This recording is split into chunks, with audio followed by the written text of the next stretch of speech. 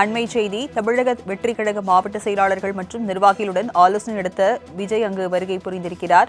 விவரங்களை செய்தியாளர் மணிகண்டன் வழங்க கேட்கலாம். மணிகண்டன், இந்த ஆலோசனை குறித்த விவரங்களை பதிவு பண்ணுங்க.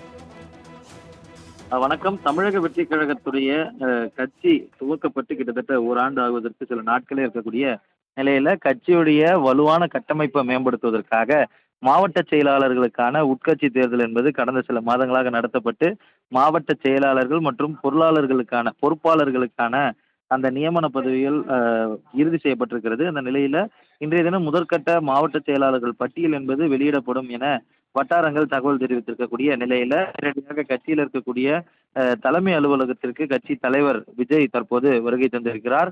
முக்கிய நிர்வாகிகளாக பொதுச் செயலாளர், பொருளாளர், அது மட்டுமல்லாமல் தலைமை செயலாளர், முக்கிய மாவட்ட நிர்வாகிகள் உள்ளிட்டோருடன் முதற்கட்டமாக ஆலோசனை நடத்தப்பட்டதற்கு பிறகாக தேர்ந்தெடுக்கப்பட்ட பொறுப்பாளர்களிடம் சில கேள்விகளை நேர்காணலாக நடத்த இருக்கிறார். அது மட்டுமல்லாமல் கடந்த சில நாட்களாக உட்கட்சி விவகாரங்கள்ல மிகுந்த செய்திகள் பெரிய அளவுல வெளிவந்து கொண்டிருக்கின்றது.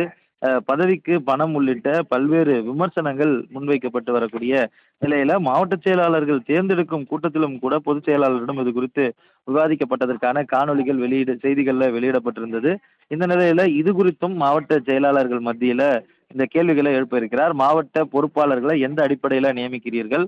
அது மட்டுமல்லாமல் பொறுப்பாளர்கள் நியமனத்துல இது போன்ற முறைகேடுகள் ஏதேனும் நடத்திருக்கிறதா என்பது குறித்தும் கேட்டறிய இருக்கிறார். அது மட்டுமல்லாமல் அவர்களது மாவட்டங்கள்ல பொறுப்பாளர்களாக நியமிக்கப்பட்டவர்களிடம் இது போன்ற பணம் பெறும் நிகழ்வுகள் ஏதேனும் உங்கள் மாவட்டத்தில் நடந்ததா உள்ளிட்டவற்றையும் கேள்விகளாக வைத்திருக்கிறார். அது மட்டுமல்லாமல் தேர்ந்தெடுக்கப்பட்டிருக்கூடிய மாவட்ட செயலாளர்களிடம் தங்களுடைய பணி எதிர்காலத்தில் நடத்தக்கூடிய அவர்களுடைய பணி எந்த மாதிரியான இருக்க போகிறது என்பது குறித்த நேர்காணலையும் நடத்த இருக்கிறார். இதற்காக தற்போது நேரடியாக கட்சி தலைமை அலுவலகத்திற்கு தவேகாவினுடைய தலைவர் வருகை தந்திருக்கிறார்.